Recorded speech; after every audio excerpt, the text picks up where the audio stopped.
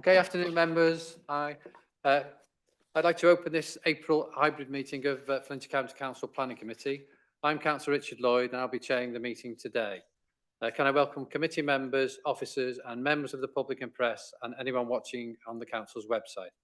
Planning Committee members in the chamber today, we have Councillors Ted Palmer, Mike Pearce, Paul Johnson and Chris Bithell. And those councillors attending remotely, we have Councillors Hilary McGill, Sean Bibby, Alan Marshall, Adele Davis-Cook, Mike Allport and Chris Dolphin. Can I now invite, and I've got Matthew Paddy Davis here, that was from last month, wasn't it? Andrew Farrow, the Chief Officer for Planning and Environment. Thank you, Andrew. Thanks, Chair. Good afternoon, everybody. This is a live webcasted meeting of the Planning Committee. There will be a recording of the meeting placed on our Flintshire County Council website as soon as possible after the meeting is finished. It's usually on there first thing tomorrow morning. We've got a mix of officers both in the room here at T Dowie Sant and also online. The Chair knows where everybody is and will be able to bring them in at the appropriate time. Just to remind members who are in the chamber and perhaps haven't used this room before, we don't have the override function on the Chair's mic, so you're going to have to wait for him to switch his mic off before you can speak within this room. Okay, that's it from me. Thank you. Thank you, Andrew. Right, first item on the agenda, we have apologies. I've received apologies from Councillors Carol Ellis, Councillor Paul Cunningham and Councillor Gladys Healy. Have we had any more apologies? No. No more apologies, okay. Agenda item 2 is decorations of interest. Yes, Sean. Yeah, just to make you aware out of courtesy, I will have to leave the meeting approximately 3 o'clock to attend another meeting. Appreciate the agenda is rather concise, but just in case I will need to go at 3 o'clock. Thanks for that, Councillor Bibby, thank you. So no declarations of interest. We do have some late observations, which Andrew Farrow will read out when we come to that item. Agenda item 4 are the minutes, to confirm the minutes of the meeting held on the 12th of February 2025. Can I have a mover, please, for the minutes? Or a seconder, Councillor Ted Palmer. I'll just run through them page by page. Page 3. Yes, Mike. On page 3, Chairman, under section 45, declaration of interest, we list the planning application numbers which members have declared interest in. Would it be useful also to have the description of that planning application? Because I think that would be useful. I had to go and have a look at what 13324 was, even though I actually declared an interest in it to see which it was. I think it might be useful. We have the information. We just include it for reference. Thank you, Chair. Thanks, Councillor Pearce. Yes, I think that's a good idea. If we can do that for future minutes, I'd appreciate that. Okay, page 4, page 5, page 6, page 7, and page 8. Can I have all in favour, please, for 30 minutes? Thank you for that. Thank you. Agenda item 5 are items to be deferred. That's by officers. So I'll just hand over to Andrew Farrow. Thanks, Chair. In relation to item 6.1, which is the retrospective application in Pennymoneth, when we put the agenda together and we know that the application is going to be scheduled for a particular meeting, we write out to all interested parties, including the 2 local members in this case, the applicant's agent, anybody who's objected to it, town and community council, etc. It's come to our attention over the last couple of days, courtesy of one of the county councillors, that they hadn't received their notification letters.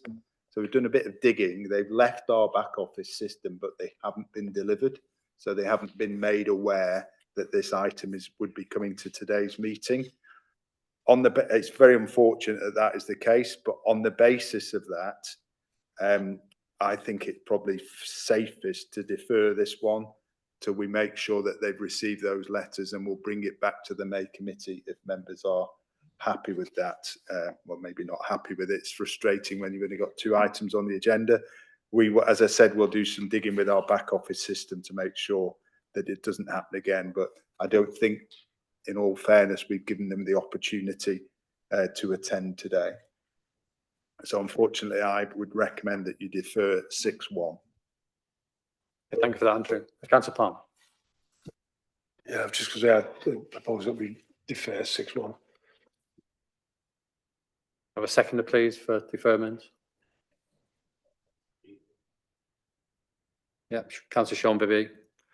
All in favour to defer 6.1? Yeah.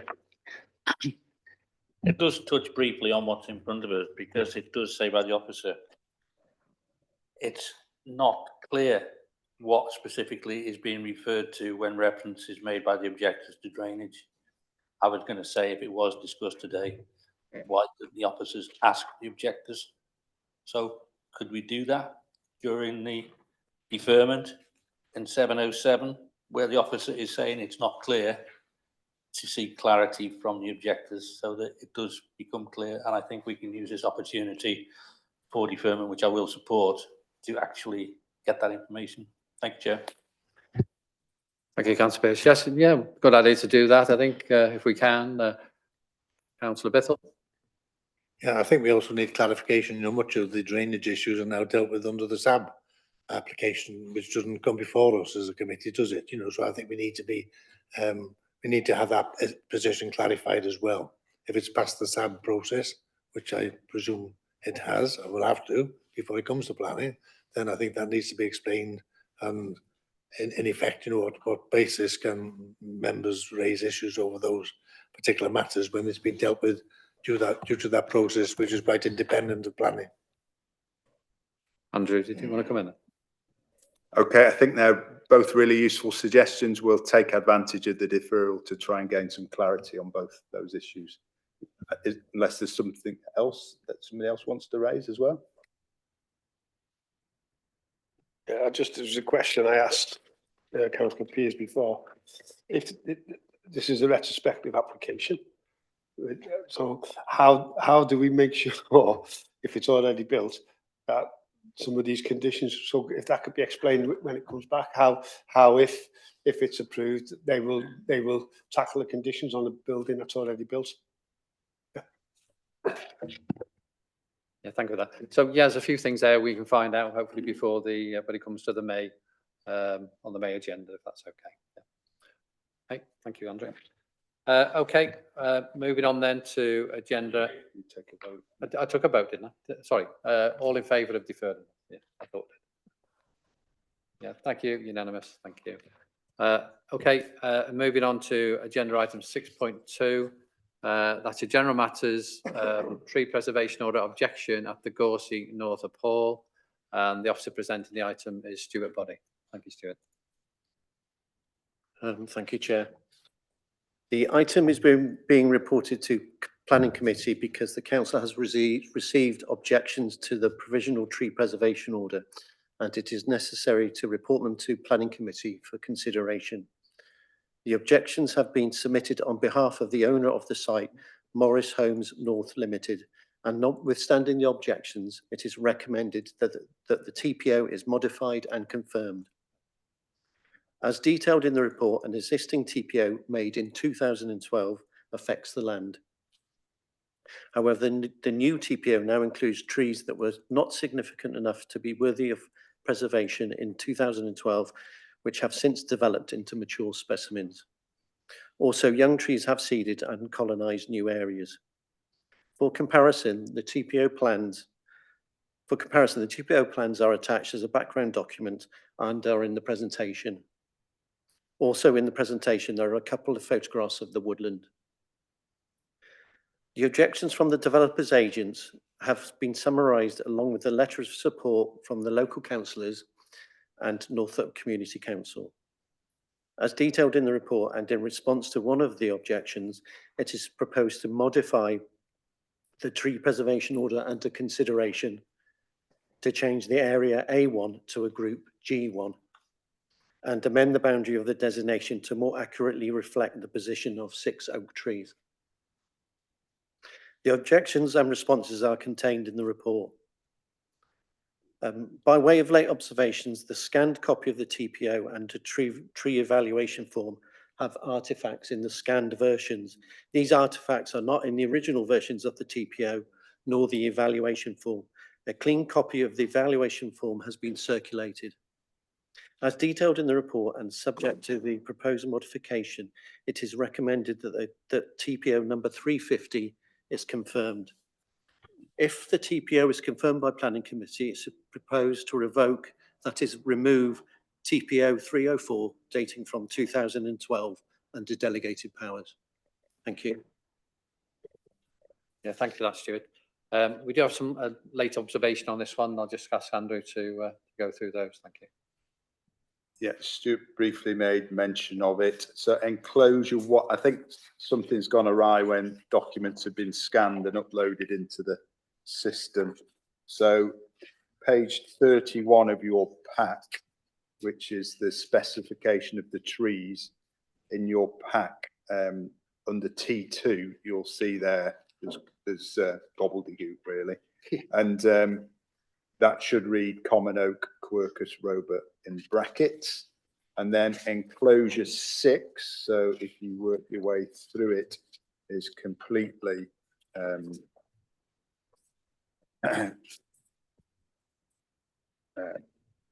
so the text within enclosure 6 is completely nonsensical.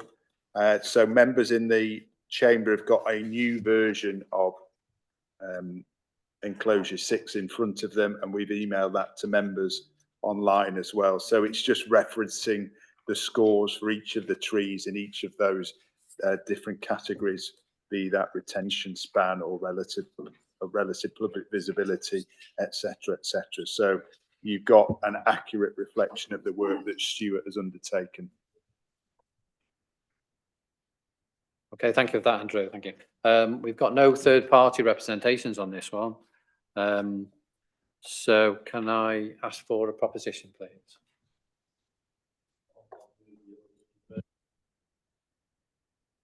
I'll move the orders confirmed.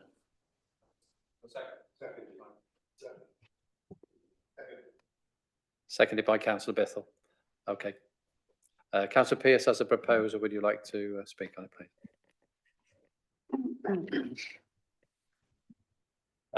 Yeah, thank you, Chair.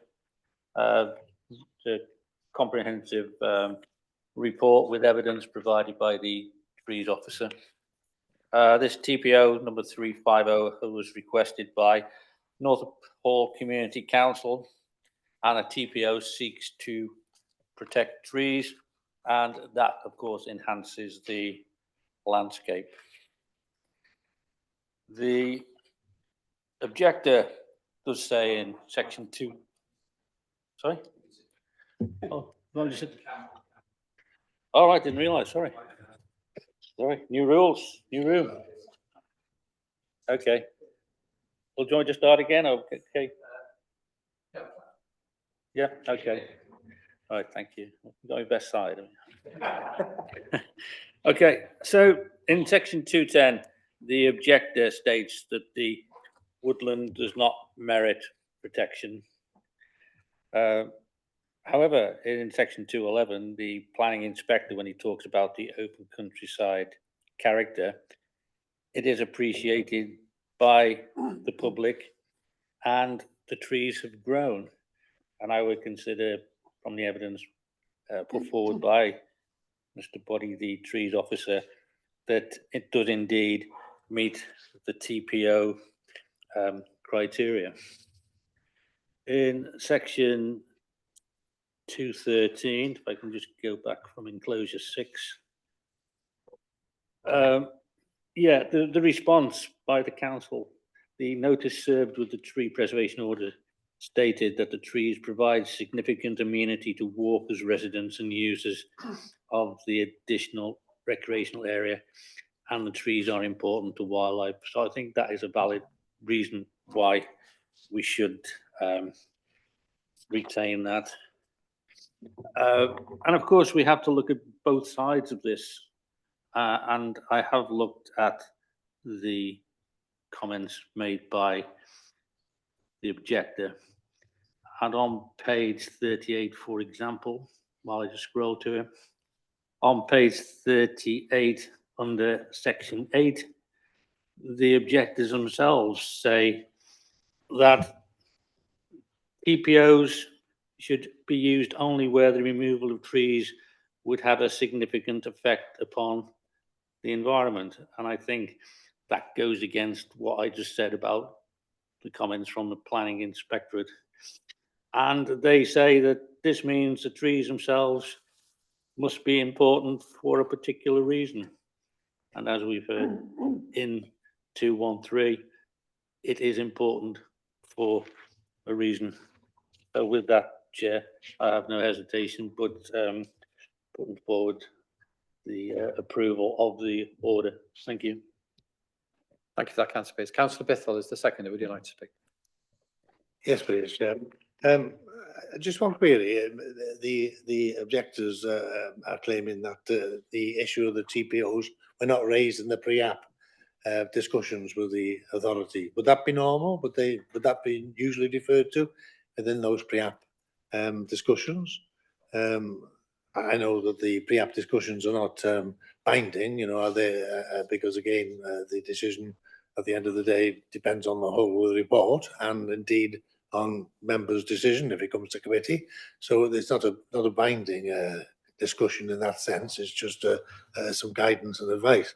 But I'm just wondering whether it would normally be the circumstance where TPOs on a particular parcel of land would be mentioned in those pre-app applications. The word significance plays a great part in the objector's case, really. And I'm just wondering, again, what counts as significant? Because, again, it's very subjective in many respects, isn't it? And obviously, as far as the local people are concerned, and the community council and the two local members, it is of significance and of value, not just to the people who border onto the field, the people who back onto it, but also to other people who walk along footpaths and take their dogs for exercise and so on in that locality. They are appreciated and are significant as far as they're concerned. Again, you know, with the quality of the trees and the nature of the trees, again, seems to feature in the objector's case. But again, this is very, again, subjective to a large degree, isn't it, in terms of that case. Some of the trees were not highly valued in the previous surveys and so on, came out at Bs or Cs. But again, you know, in many locations, nevertheless, they do contribute a great deal to the area. And again, mentions made, I think Councillor Pearce already referred to 210, you know, that some of the trees have obviously grown in these particular areas since. And that's a good thing, obviously, nature regenerating itself. And again, because they're those same particular types of trees, you know, they come under the same aspect of the TPO, I would guess, really, that they too have that protection under the order. So again, you know, I think the recommendations here on the right track, and I certainly am happy to second the proposal. But if I can have an answer to the question regarding the pre-apps, please, Chair. Okay, thank you, Councillor Bithell. Yeah, I'll bring the officer in afterwards. I'll just check there's any other speakers. No? Okay, Stuart, do you want to answer Councillor Bithell? Yeah, it's true that the pre-app didn't mention the tree preservation order. Of course, there's that would be the previous tree preservation order from 2012 because the current one hadn't been made at the pre-app at the stage that the pre-app was made. There's trees which are on the site which aren't protected, and as part of PPW 12, there's a requirement to deliver a net benefit for biodiversity to survey all the trees on the site, regardless of whether they're protected or not.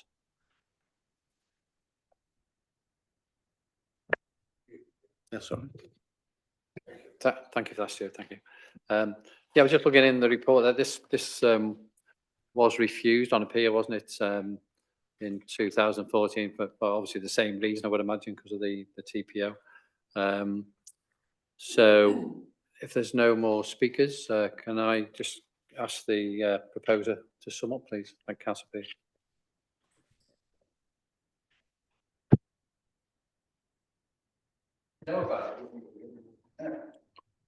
Yes, Chair, I've got nothing further to add apart from recommending the approval. Thank you. Okay, well, we'll just you've nothing else to add there, Stuart? No? No, okay. Okay, well, we'll take the vote then, please, on confirming the TPO number 350. Okay, well, I'll move over to Susan. I'll just move my mic over there, Susan.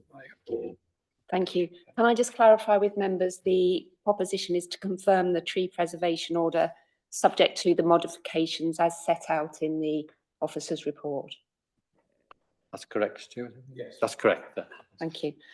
So I will ask each member present if you wish to vote for or against the proposition, or if you wish to abstain. So starting with yourself, Chair. For. Councillor Michael Port. For.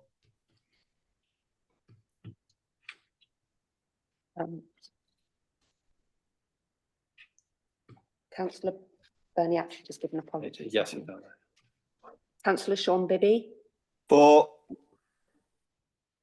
Councillor Chris Bithell. For. Councillor Adele Davis-Cook. For. Councillor Chris Dolphin. For. Councillor Paul Johnson. For. Councillor Alan Marshall. For. Councillor Hilary McGill. For. Councillor Ted Palmer. For. Councillor Mike Pearce. For. I think that's everybody, I think, is it? Yeah, everybody voted. Okay, that has been confirmed then. Thank you very much. Okay, that must be one of the shortest planning committee meetings we've ever had. Well, thank you very much for attending. Thank you. Close the meeting. Thank you.